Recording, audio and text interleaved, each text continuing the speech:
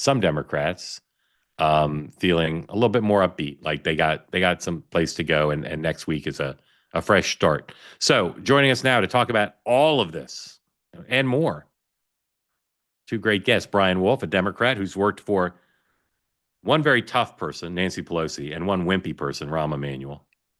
That's how I that's how I see it. And Mercedes Schlapp, who's worked for, amongst other people, George W. Bush and Donald Trump, two men who couldn't be more alike. That's funny. That's funny, Yeah, Mark. yeah.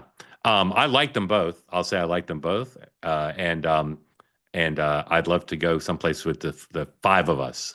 Brian, do you know President Bush or Donald Trump at all? Well, I know President Bush very well. One of my actually favorite all-time presidents. Yeah, mine too. I was a presidential leadership scholar, and he's an amazing leader.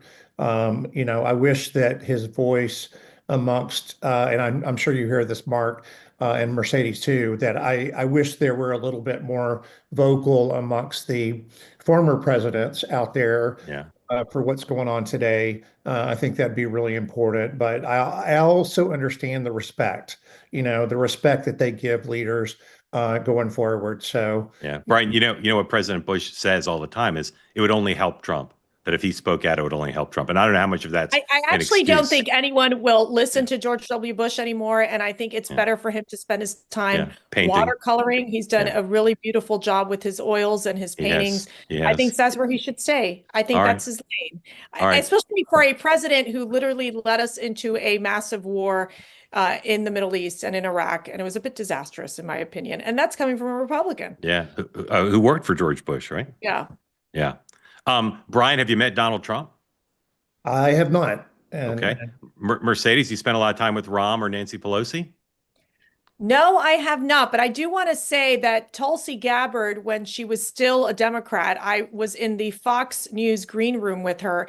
And I remember asking her, I said, "Have you ever met Donald Trump?" And she said, "No, I have not." And I said, "I really think you should meet him because I really think you two would get along." And so I'm going to say that, maybe I should take a little bit of credit for this relationship that was built But did between you actually connect them or just plant the seed?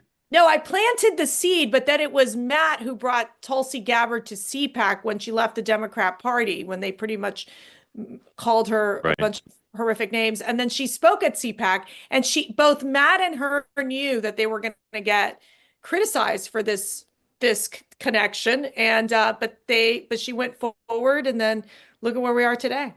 And Crazy. Mercedes, just to be clear, although you don't want George W. Bush apparently on the national town square issuing proclamations on policy and the party, you do think Right. he's a heck of a nice guy, right? I actually really do love Yeah, the Bush family. yeah, I had the honor of working with Barbara Bush yeah. on her literacy programs. So and I know Dora Bush well, and obviously Jeb Bush from Florida, which I grew up in Florida. So yeah, no, I think the Bush family is a lovely family. I just Yeah. think he made several mistakes on the foreign policy front. I have to say, not counting things related to my family, the highlight of my year remains when George W. Bush thumped Obama on the chest when he walked into the funeral. Oh That thing, yeah, that thing's just love that yeah. thing.